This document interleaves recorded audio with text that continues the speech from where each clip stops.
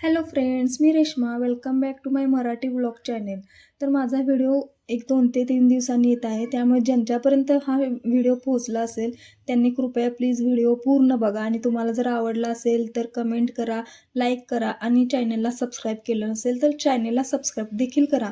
तर माझं कसं असतंय, सकाळची जी कामं असतात ती मी पटपट आवरत असते. पण सोमवार असा आहे की त्या दिवशी मला सगळं क्लीन करूनच पूजा वगैरे करायला आवडतं. त्यामुळे मी सोमवारी सकाळचं शूट शक्यतो घेत नाही आणि नेमकं सोमवारी या तसंच झालं. मला सगळा घरामध्ये असं जरा इकडे-तिकडे पसारा असेल किंवा किचन कट्टा मेसी असेल, तसंच म्हणजे राहून गेला असेल क्लीन करायचा, तर मी शूट घेत नाही. मी शूटमध्ये ते दाखवत नाही. मला जे माझं शूट घ्यायचं असतं ते कंप्लीट मला क्लीन सगळं असेल तरच मी घेते. त्याचप्रमाणे तसंच मग मी सकाळचा स्वयंपाक, पूजा, सगळं घर वगैरे क्लीन केल्यानंतर संध्याकाळी जो माझा निवांत वेळ होता, तेव्हा मी म्हटलं की आमरसचा शूट घेऊया. त्यामुळे मी माझा हा व्हिडिओ संध्याकाळचा शूट केलेला आहे.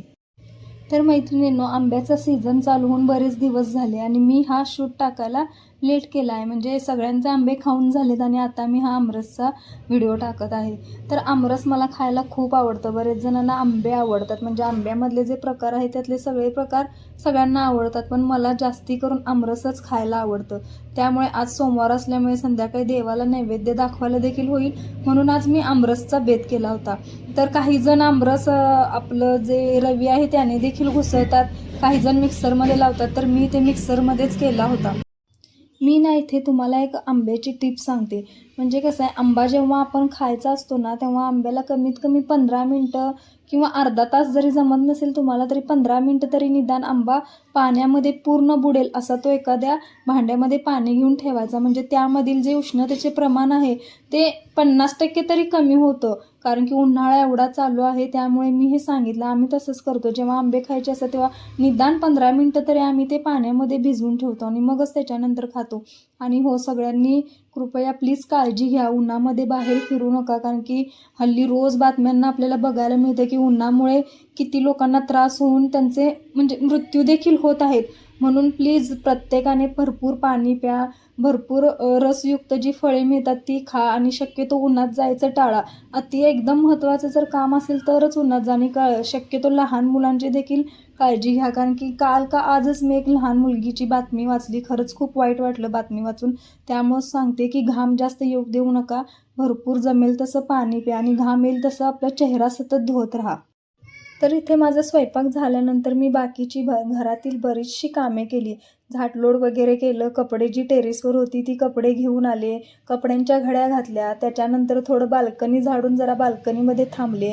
कारण की रोडवरती घर असल्यामुळे ना माझं बाल्कनीचं दार सतत बंद असतं.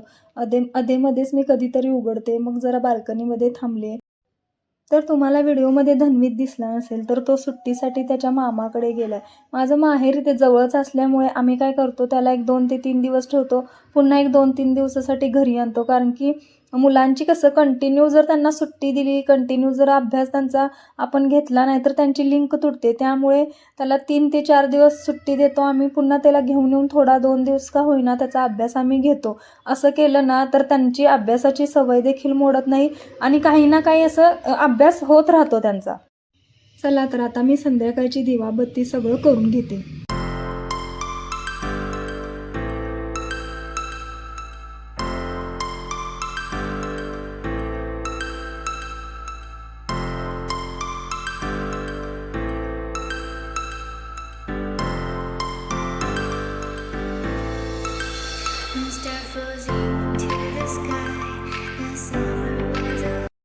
तुम्हाला माझा हा छोटासा व्लॉग कसा वाटला मला नक्की सांगा. कारण की काय आहे, मी दिवसभरात जसा वेळ मिळेल तसं शूट घेत असते आणि तसेच थोडे मी व्लॉग बनवत असते. त्यामुळे मला जर सपोर्ट करायचा असेल तर जरूर माझ्या व्हिडिओला तुम्ही लाईक, कमेंट, शेअर आणि चॅनलला सबस्क्राईब करा. कारण की कसं आहे, तुमच्या सपोर्टमुळे तर मला पुढे जायची ताकद मिळते. त्यामुळे असंच मला प्रेम द्या आणि असाच सपोर्ट करा. थँक्यू. भेटूया.